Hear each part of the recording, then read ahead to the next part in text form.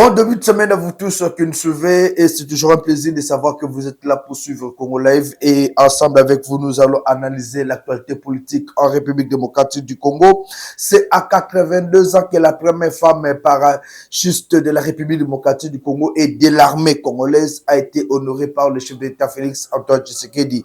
On en parle au cours de cette émission. Nous allons aussi vous parler de M23. Sachez que tous les jeunes, plus de 4000 jeunes qui ont été recrutés, qui ont suivi la formation, après avoir appris que Corneille Nangaa a été chassé ou mis de côté par rapport à la coordination de M23 AFC, ces jeunes-là ont pris le courage de fuir. On en parle au cours de cette émission. Nous allons aussi vous parler, bien sûr, de cette rencontre entre Jean-Pierre Bemba Gombo et bien sûr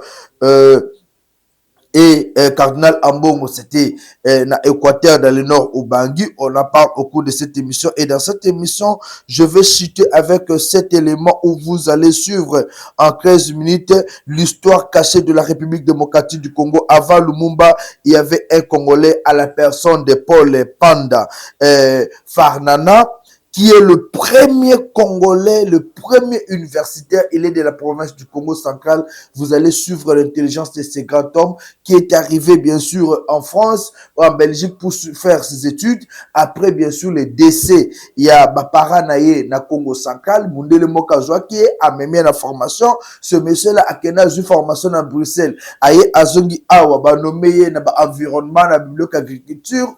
Et après, c'est lui qui a été le premier à avoir le courage de dire il n'y a pas une race supérieure à l'autre race. L'esprit révolutionnaire est banda avant même Lumumba avec Farnana. Vous allez suivre cette interview-là, cet élément-là au cours de cette émission. À vous tous ceux qui nous suivez, bienvenue Bandou Koubapezi. Comme j'ai toujours dit, la République démocratique du Congo n'a pas une armée faible.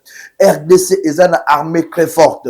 La preuve en est que biso baye topona ko défendre République démocratique du Congo, biso baye toloba ke toko continuer kaka kozala pembeni ya ba institution ya République et surtout aux côtés du chef de l'État Félix Tshisekedi n'est jamais trahi le Congo. Nous resterons derrière le FARDC, derrière Bawazalendo pour les bienfaits ya Congo. Chers Congolais, depuis un certain moment, l'armée n'a pas de STT. Mais la question que vous vous êtes pas encore posée, Congolais n'a pas réfléchi, puisque c'est comme si or qu'il faut beaucoup réfléchir pour aussi comprendre. Est-ce que depuis que Sake Ekoi, Goma Ekoi, Bukavu Ekoi, dites-nous, place Neni Bitumbe Bunda Maka, na Goma, au moment où les gens devaient Kobunda, puisque l'arsenal y a armé na biso, ils allaient qui bien au point pour faire la guerre na M23. Mais malheureusement, la plupart des généraux au Kabila Achan na partie Est Bazaki Batwa Kagame. Le bel biso recul stratégique. Et les autres ont même abandonné ba groupe. Yo commandant, yo général Okimi. Mais aux autres de la caporale Abunda, sans injonction, sans directive, ces généraux-là, issus y a brassage, y a nini, sundo là, général, bobunda bino moko. Et ces gens-là se sont vus que, moi, tout ça, le bitumba, ils ont été nini, recula. Kagame a eu Goma, puisqu'il y a eu abandon. Il n'y a pas eu guerre. À Bukavu, guerre et Bunda Mawapi. Le général Massounzu et toute son équipe Bakima, Basundola, Basoda. Le repli stratégique. Repli stratégique, nae, ti lelo, Toyokate Kasali Sukoyo, réamémement stratégique. Toyokate. À ça, la kaka repli stratégique. Mais jamais à ça, la retour stratégique. Le logo Bukavu c'est pour vous dire si réellement Biso RDC on prend la détermination aujourd'hui de faire la guerre na Rwanda, je pense même pas que Bukavu toko ça nango 2 jours sans que tu récupères. C'est faux. On ne fera même pas 2 jours, puisque jusque-là, notre armée, soi-disant, va observer cesser le feu. C'est Ezesika Omutu Betakanga à tout moment. Vous allez respecter un cessez-le-feu, cependant les autres qui n'ont respecté cessez-le-feu, ils continuent à faire la guerre. Hier, j'ai suivi révolutionnaire, un petit communicateur, il y a un 23, tout ça, il y a un groupe mort de discuter. Le petit révolutionnaire dit, a commis message à l'objet le M23, bazo dénoncé. Et ils prennent en témoin la communauté internationale et la communauté nationale du fait que la République démocratique du Congo va déployer armée, va récupérer Goma, Bukavu au moment où il y a un dialogue na Doha. Mais j'ai dit, mais ces gens sont des cupides. Bangota mobiso tolobaki a to que des dialogues sur na Doha wana dialogue ba fatu wana. Et ils ont fait la guerre. Le chef de l'État est allé à Doha pour discuter avec l'aventurier de Kagame. Raconte que Salami, Balobi, c'est le fait. Dès que Tshisekedi arrive ici à Kinshasa, Togi que Waluka le Koui. Dans Walungu. Est-ce qu'ils ont eu à respecter ce cessez-le-feu-là? Ce sont des gens qui réfléchissent par derrière, qui n'ont pas le temps de comprendre et de comprendre que Biso Tozana besoin que na bango na paix. Puisque la guerre va en kokate. Biso Tokei, bango baye basusus. Et plus grave, on cherche à négocier. Baye koko esa Goma. Baye koko esa Bukavu. Et aujourd'hui, il commence à dire, non, il y a des mercenaires, il y a des drones, il y a des ceci. Il prend la communauté internationale à témoin, puisque cette communauté internationale est complice. Si Kagame, après avoir signé, paraphé un document, où le président des États-Unis a formulé l'imisu, et Atindi, ministre des Affaires étrangères, il y a Rwandais a signé le document.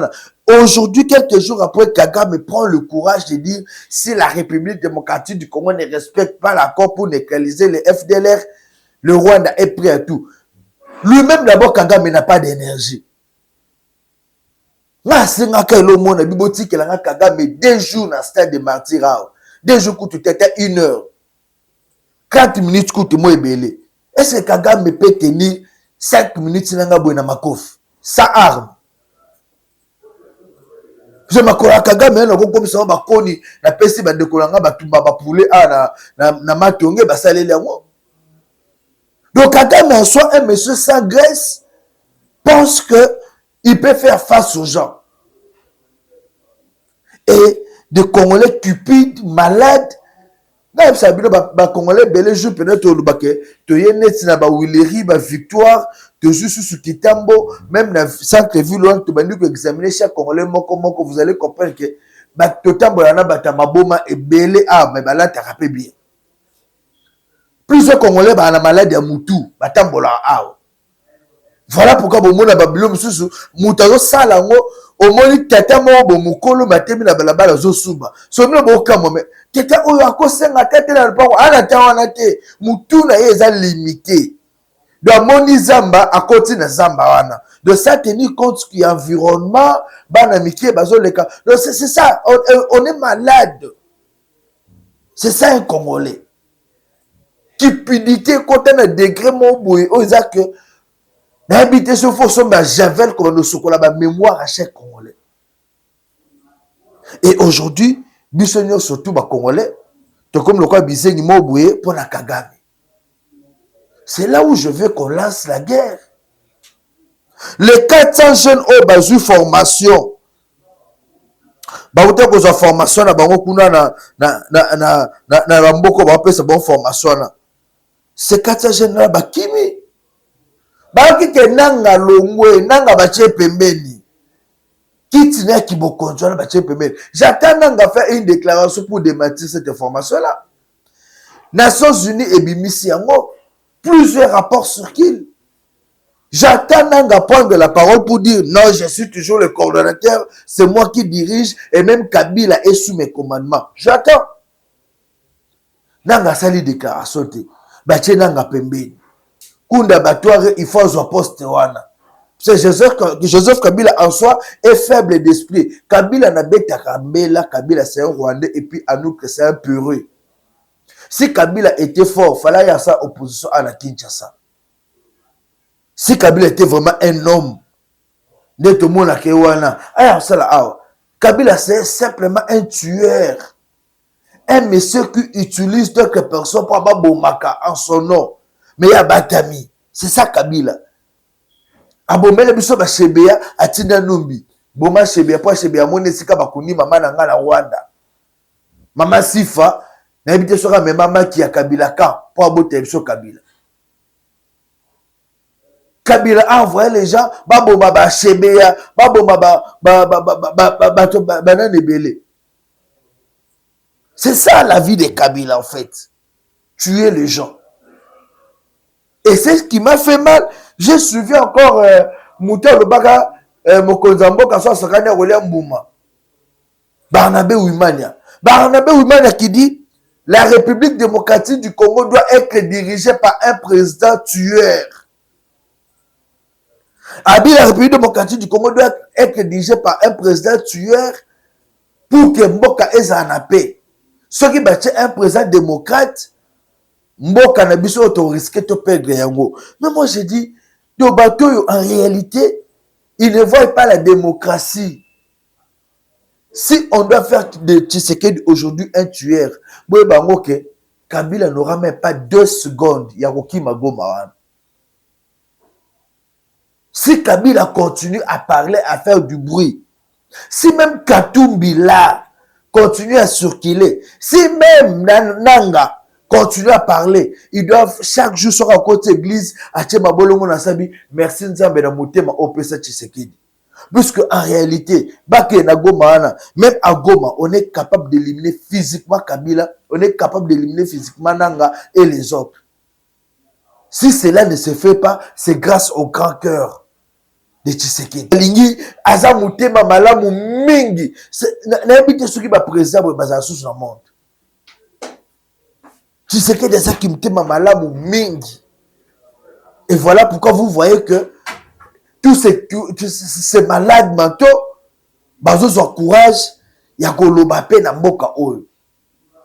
Mais en réalité, Kabila, Tshisekedi, si c'était un tueur, tous ces gens-là, ils vont vivre. Puisque moi, président de la République, Nenga na Miyebeli, de Kolanga, et c'est Kabila peut parler. Moi, président de la République, quand Laurence Koumassamba, Kabila a Telengana, non, il ne fera même pas des jours. Et puis il a annoncé que je vais arriver à Goma. Mais le même jour, dès qu'il arrive à Bomier, parce que moi, je suis un faux type. C'est comme ça que je fonctionne. Et moi, un monsieur comme Kabila, président de la République, tu viens jouer avec mon pouvoir. Mais tu vas risquer ta vie. Moutora Katumbi, Oazoluka renouvellement, n'a pas PC passeport. Bon ça y est, a quitté le Lubumbashi. 2 jours après, Bamelele Café. Mais tu sais que c'est un président exceptionnel. Un monsieur exceptionnel. Et voilà pourquoi je dis aux kabilistes, même qui sont qui ça. Nous sommes un président. Les kabilistes, tout, les Chadari, les Kokoniangi. Mais ce sont les gens qui, ce sont les antennes de Kabila de chaque jour. Le Kokoniangi, les Chadari, sont les antennes de Kabila de chaque jour. Et bien ça, en temps réel, ils ne pouvaient jamais circuler à Kinshasa. Le supermarché na bango na Kanyang on a changé à Combo. Faut avoir l'esprit à Jean Lorenzo. Aya koti bazuna bana nyonso tu ya 2 Santos. Allez. Bozana kuna pembeni. Oh, yibaki mbonga petrol osaki bizana wana di. 2 Santos c'est mo kena libanda. C'est ça. Alors quand on est chef, faut tout Kabilo Moussous. Et moi je vais appeler le chef d'État Félix Tshisekedi à discipliner ces gens ici au Batikana à la Kinshasa. On doit lancer un signal fort à Kabila pour comprendre que Mboka Oya Mboka na Mboka Koko na été au article qui le héritage. Kabila foyer bango. et Paul Kagame, il y a une rencontre qui est prévue pour le 27 juillet. Na osenga mokonzi mboka à répondre à l'invitation à Nate. À qui d'écouter? Puisque Emmanuel Macron, c'est un PD. Moi, si Néna Obazane Brigitte, on a un mot mobile. Mais aussi, on a ma belle Brigitte. Attends, baby, midi, là, on a santé, malongate. Moi, nana, Brigitte, on a moi aussi. Brigitte, c'est un homme. Il y a un bête la révision, Macron, auto que bête Macron, Bata, ah, Macron, kita, ah, bête Bata. Brigitte, c'est un homme. Alors, ces PD-là, peut-être que Macron sort aussi avec Kagame. Bah, ça, bah, aventure, bango. Ils pensent qu'ils doivent appeler le chef de l'État, bah, koutane, bah, soigner, bah, divagation, et ça, maté. Que le chef de l'État ne puisse pas répondre à ces invitations-là, qu'il reste concentré sur ce qui concerne le pays. La RDC passe avant tout. Nous devons lutter. J'ai beaucoup aimé, nous avons un sujet, le gouvernement de la République a interdit, surtout le gouvernement, Maman Judith Sumina, pour une fois, je vois qu'aux moi décision à bien, a interdit à tous les membres du gouvernement de prendre la parole pour parler sur accord Oyo, et Baouté ko signé accord y paix, RDC, Rwanda, États-Unis. Elle a interdit à tous les membres du gouvernement. Seuls 3 organes basés habilités à Kolobelango. Il y a Patrick Mouyaya en tant que porte-parole du gouvernement. Il y a des accord. Il y a Madame Taïkwamba, Thérèse, Yepe Azali accordé à Makambouana et la présidence de la République. Le reste des membres Apexi Bangbaluba. Puisqu'ils savent qu'à tout moment, un monsieur comme Jean-Pierre Bemba Gombo, ce qu'a eu parole, à quoi Tchapena essence, à boire essence, à Tchemba Moto, et il dit. Puisque quand je vois les sorties médiatiques à Paul Kagame, ce boutique, Jean-Pierre Bemba micro, journée moko, et Sili Guérezongi. Wane Sili de Bangouna Nostuba Palangana, puisque Jean-Pierre Bemba Gombo ne badine pas. Alors, chers compatriotes, tous les Nambo Kalapso Congo. Le Congo est aujourd'hui à la merci, il y a ma division, il y a ma querelle, les angatines. Je demande au gouvernement, Bande Konabiso, Guy Mwandavita, Kita Ituri, ministre de la Défense, ministre intérieur communal, Maître Chabani. Au lieu de faire des polémiques ici avec l'UDPS, au lieu de créer des polémiques, il y a un ministre intérieur, au comme la polémique, Augustin Kabouya, secrétaire général de ton propre parti politique. Mais UDPS, qu'est-ce qui se passe parti dans Bissau? Il y a quoi au juste? Vous êtes au pouvoir, mais vous êtes les premiers à créer ma querelle entre vous. Augustin Kabouya, vous êtes secrétaire général, autorité. Ou comme ko soanaka yo wana na Gimwa na Jacques Chabani bozo soana batu na premier vice-président ya Assemblée nationale, mais ça marche pas comme ça.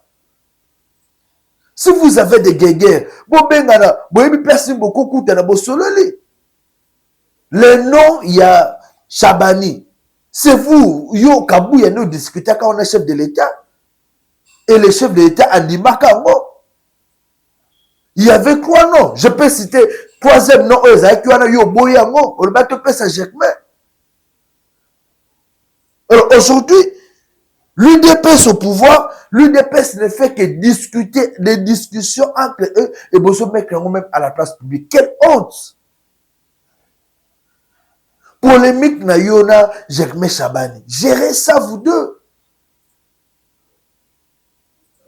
Je comprends que le premier vice-président de l'Assemblée nationale, vous avez des débats puisque Akendaki Makambouya, Akendaki a répondu à une invitation, il y a Nani, comme professeur Mbata. Aussi, puisque Akendaki a répondre à l'invitation à professeur Mbata, ou à la célébration, il y a Makambouya accord. Mais même si c'était le cas, vous êtes des grandes personnes. Au CPT, et non tenir meeting politique. Matinée politique au sein de l'UDPS pour parler de ces dossiers-là. Non, ça diminue les partis, s'il vous plaît. L'UDPS, c'est ça parti où il y a élite, c'est ça parti où bah, respecter le lot, vous êtes au pouvoir. Ce genre de choses, ça diminue le parti.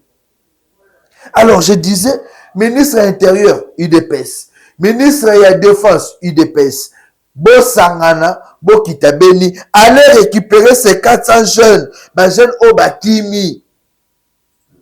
Ils ont déjà subi une formation. C'est-à-dire les 4000 jeunes oyo, balinga ki ba ende pona ba bunda, ba récupérer Ouvira, ba Keneti qui s'arrête comme ils sont des Congolais. Puisqu'on les avait pris comme des jeunes Congolais, ba koti sa pa ba bunda bitumba, ba bundi sa armée na biso. Et vu qu'ils ont fui, ils ont quand même osé fuir ba Kimi. Bino bon récupérer bango, bon koti sa bon mais ba la kanyama kasese, moi recyclage à quelques jours bon laver bango cerveau. Besoin aussi bango espoir ba Congolais, bah ça la guerre cette fois-là contre ces M23 là, puisque ces jeunes ici ont vécu et connaissent comment ces gens-là fonctionnent. Beaucoup de ça va même parmi les Ouazalendo, comme ça ils vont faire la guerre contre ces M23. Puisque aujourd'hui, ne comptez pas sur aventureux, oh, il y a corps politique. Ne comptez pas sur ça. Nous devons faire la guerre au Rwanda. Sans la guerre, accord Ekosimbate. Retenez ce que je vous dis aujourd'hui. Le Rwanda nous a roulé au fait cet accord. Le Rwanda voulait seulement prendre du temps pour s'organiser à cause de la guerre en RDC. La présence de Tshisekedi aujourd'hui donne de la diarrhée à Paul Kagame et Joseph Kabila Kabange. Baza stressé chaque jour. Kabila sera un gêne forcé juste pour voir comment éliminer Félix Tshisekedi ou Kolomolé na pouvoir. Et ne pensez pas que le lot kaka un accord politique ou un Kagame Oyoka. Non! Kagame a beaucoup perdu ce besoin de battre. Kagame a beaucoup perdu ce besoin de battre. La vie aujourd'hui au Rwanda est comme Boye. À cause de Tshisekedi. Ba Rwanda bazo vivre na passe Boye à cause de Tshisekedi. Économie na bango et baby à cause de Tshisekedi. Et vous pensez que Kagame a fait d'Akaboye a sepelé bon oui Tshisekedi a bêti nengai a gagné tout signé accord bon a fait d'Akaka. Non! C'est un militaire a un esprit à vengeance. Kagame a un esprit à vengeance. Et bisope ba Congolais, tout se préparer na esprit à la vengeance. Ceux qui bossent à moté, je vous dis, noir sur blanc, nous serons surpris ici. Oh, bobo, prévenirez bisoté. Tu veux prévenir bino. Ceux qui bossent à moté, je vous dis la vérité. Kagame n'a pas besoin il y a qu'on négocie na Tshisekedi. Kagame non monnaie le rôle là, et moi on a comment comparer le roi Kofi Olomide. Ouais. Moi je compare Kagame à Kofi Olomide. En fait, il est en colère contre Fali Ipupa, mazoko sa kolinga faire mingi. En réalité, Kofi n'a pas fait. Kofi avait besoin d'exploiter faire dans quartier la terre. Mais il a fait était il a fallu que son fils Oya Bimisa. Mais vu qu'il a fallu Ezo Simbate, à Kangami quand même nanani, na faire pour faire mal à Fali. Et le lot au bout que l'accord politique contre signé Oyo. Kagame a zongo ka bongo bongo. Alors il a la position de Tshisekedi. Et ce biso ma Congolais tolali, tu as signé accord politique. Kémé Zazanga, patati patata, vous serez surpris. J'appelle à la vigilance, surtout armée na bisobo la muka. Nous devons nous battre pour instaurer la paix dans la partie Est. La guerre reste l'unique solution. La guerre reste l'unique solution pour bouter dehors Kagame et le sien. Ceux qui boboient guerre, un jour vous allez vous dire que ces gars-là avaient dit. Mais peut-être ça serait trop tard. Bon, peut-être ces gars-là, maintenant là, achetons les armes. Bon, tout le monde de guerre, la monde de guerre est belé, tout ce monde est belé. On remanie le gouvernement, on met un monsieur capable de lancer l'offensive, de faire la guerre. Dans le ministère de la Défense, on met un militaire. Ministère intérieur, un militaire. Oh, yo moko mukonzambo kwa na confiance na bango. Ko tchaba militaire te olobi bakosa le coup d'état. Attention. Mettre un ministre de défense, vice-premier ministre, ministre de défense, un ministre intérieur, des militaires, oui, c'est bon. Mais eux, ils ont la maîtrise de la bango. Puisque si on a la maîtrise de la bango, personne qui a combo, ça la coup d'État. Puisque plusieurs généraux aujourd'hui cherchent par quel moyen faire un coup d'État ici à Kinshasa, mais bazo kokadete. Voilà. Il y a plusieurs généraux qui sont à Kinshasa qui coopèrent jour et nuit avec Kabila, avec Kagame. Bazo Lukaka Kaba étudier comment faire un coup d'État, comment renverser Tshisekedi, comment les bloquer. Mais alors, s'il faut nommer un ministre de défense ou de l'intérieur militaire, il faut qu'on ait bien. Moi, je vous recommande le général Mayele. Le général Mounene. Mayele est déjà décédé. Je vous recommande le général Mounene. Mon vieux Mounene est ici à la première rue. Et il y a la première rue. Non, c'est le vieux Mounene.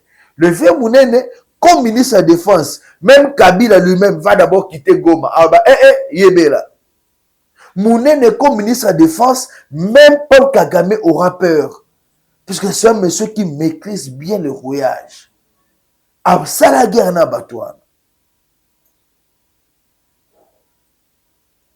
Alors, tout boum, bien. Chers compatriotes, je dis que le chef de l'État a honoré cette première dame, Oyo Azalaka, première parachutiste, à 82 ans. Ce beau-frère président, le quoi tu sais qu'il pendant 10 ans, le Congo va se développer. Et j'encourage les chefs d'État, il y a qu'au soutenir les militaires, mais ceux qui sont abandonnés, ils ont servi ce pays, mais ils ont abandonné. Plusieurs ne savent même plus assumer. Plusieurs ne savent même plus assumer. Alors, je vais chuter avec ce sujet. Le vice-premier ministre, ministre en charge de transport et voies de communication, des enclavements en République démocratique du Congo, Jean-Pierre Bemba Gombo, a participé à cette grande messe. C'était hier, bien sûr, dans le nord Ubangi, dans la partie nord-ouest de la République démocratique du Congo, où on a sacré Monseigneur Joseph Mopepe, le désormais évêque de Molébé. Alors, la messe a été dite par le cardinal Fidèle Ambongo. Tout le monde disait, est-ce que Bako Yambana? Est-ce que Bako Pesanambote? En tant qu'un vrai homme d'État, et le cardinal Ambongo en tant qu'un religieux pasteur, Bakoutani, Pesanimbote, Bayambani. C'est ça. Dans la vie, Mouta ont le vérité en face. Attends quand l'ennemi essaie l'autre. La preuve en est que Jean-Pierre Bemba Gombo avait seulement dit la vérité. Bossala qui plan Bobo Melebiso Fachi. Bossala qui plan pour la détruire la République. Mais celui qui te coûte un ennemi, je te salue. So betinga kara, je m'en fous. Moment, la vérité reste la vérité. Et Jean-Pierre Bemba Gombo n'avait que dit la vérité. Mais c'est la expérience à Kinshasa. Dites-nous, place au moment que il y a eu des actions par rapport à $1 million, c'est $1 million combien l'église catholique à Kinshasa. Qu'est-ce qu'ils ont foutu? Jean-Pierre Bemba Gombo n'avait pas menti. Et Fouidele, en Bongo, sachant la vérité, n'avait pas de choix que de recevoir Jean-Pierre Bemba Gombo, surtout qu'il était encore dans les fiefs. Il y a Bemba, non Ubangi. Non Ubangi, on a un grand Équateur, surtout Jean-Pierre Bemba. C'est lui le leader. Voilà pourquoi c'est là qui peine à main là. Alors, je salue quand même cet esprit-là, il y a convivialité, cet esprit-là de respect mutuel, cet esprit-là de grandeur d'esprit. Les deux personnalités ont prouvé, ils se sont salués, ils ont parlé. C'est comme ça, en fait, c'est le Congo qui gagne. En réalité, au Congo, nous avons besoin de l'amour, de l'unité. On n'a pas besoin de division, et surtout pendant cette période de crise. On l'a comme capable d'ôter les mélamidéli. Les Blancs nous ont beaucoup exploités. Il est grand temps que tout les mélapé bango. Oui, ils nous ont beaucoup exploité ces Blancs-là. Les Blancs nous ont exploités. Babla bazoyi baba minéré na biso, babla bazo salabo, ils nous ont beaucoup exploités. Beaucoup exploités. Alors pour l'instant, nous tous, nous devons nous dire non à l'exploitation minière. Pour l'instant, nous devons nous mobiliser derrière nos FARDC. La population d'Uvira doit soutenir Bawazalendo Uvira et Kouéate. La population de Bukavu dénoncer Bakouagnon surtout au baby que M23 Bazobatama. Puisque nous devons lancer l'offensive. Pour récupérer Bukavu, pour récupérer Goma. Le gouvernement de la République démocratique du Congo a accordé 90 jours au Rwandais. 90 jours, ça fait combien? 3 mois. Toi, le mois juillet. Donc, ce de juillet, août, septembre. Ce que ça met que Balongwe, Bukavu, Goma, le gouvernement se dit prêt à faire la guerre pour reprendre Goma, Uvira, Goma et Bukavu. Alors là, j'appelle la population. Souffrance au bino bozo mona na Goma na Bukavu. Nous aussi de là où on est. Si tu as chaque jour pour la ça va secret au niveau surtout. Et après la bino bozo la bien Congo et la bien biso tout aux la malam. Ma deso Goma zo makenga makasi. Parce que si on a Goma na kitoko ane zo makenga. J'ai encore envie de revenir à Goma. On a besoin de faire la montagne, na chamwa makelele na Michapi, na chamwa makelele na RTT. Goma me manque. Alors, pour que Goma le loto récupère, on a besoin de dénoncer. Partout, il y a des Rwandais dénoncer. Bazana Kwebe, dénoncer bango pour que l'armée congolaise et il y a pas kangaba, on va béra bango. On doit libérer notre Congo nous-mêmes. On ne doit pas attendre les États-Unis. Américains, Moroté, Aondimakoya, ou Koufa, pour le Congo. Non. Toko sa libo mate. Américains, mon côté, Aondimakoya, Awa, pour na Akoufa, pour na Congolais, Azate. Azate. Biso monde photo ça, nyo surtout, tout bunda pour na mboka na biso. Alors, je vous appelle, bande konangai, tout élément, tout bunde na mboka na biso. Tout est le mabiso mokona, tout est le mapela ngwe, tu bandi ko bunde na mboka biso, tu agressé bango, on récupère le territoire congolais. Levons-nous comme un seul homme. Ne comptons plus sur les Américains. Les Américains sont avec Kagame. Si Kagame vraiment avait peur de donner compte des Américains, il ne pouvait pas faire des propos à Auto-Salawana. Si c'est vrai que Alema, bon, Américain va agir. On ne doit plus faire confiance à ces gens-là. Lèvons-nous maintenant pour défendre notre pays. Mettons cet esprit-là de révolte. Et les généraux qui préparent un coup d'État, on doit dénoncer tous ces gens-là. Le Congo est à nous. Nous avons besoin de voir ces chefs de l'État continuer son travail.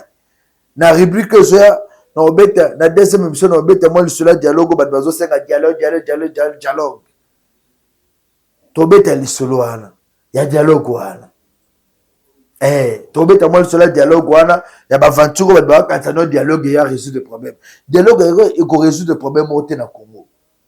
Et d'ailleurs je vous annonce, s'il y a dialogue, les gens vont se séparer en quai de poisson. Ici à Kinshasa. Puisque quoi aboutir de l'autre côté, nous allons aller au référendum. Le dialogue va nous préparer un référendum. Et on verra l'issue de ça. Un grand merci à vous tous ceux qui nous suivez. 081 244 83 09. 081 244 83 09. La deuxième émission, je pense qu'il faut nous inviter mon corps en ligne. Nous allons parler de tout ce qui se passe ici en RDC. Allez, bonne suite des programmes sur votre chaîne Congo Live. Merci.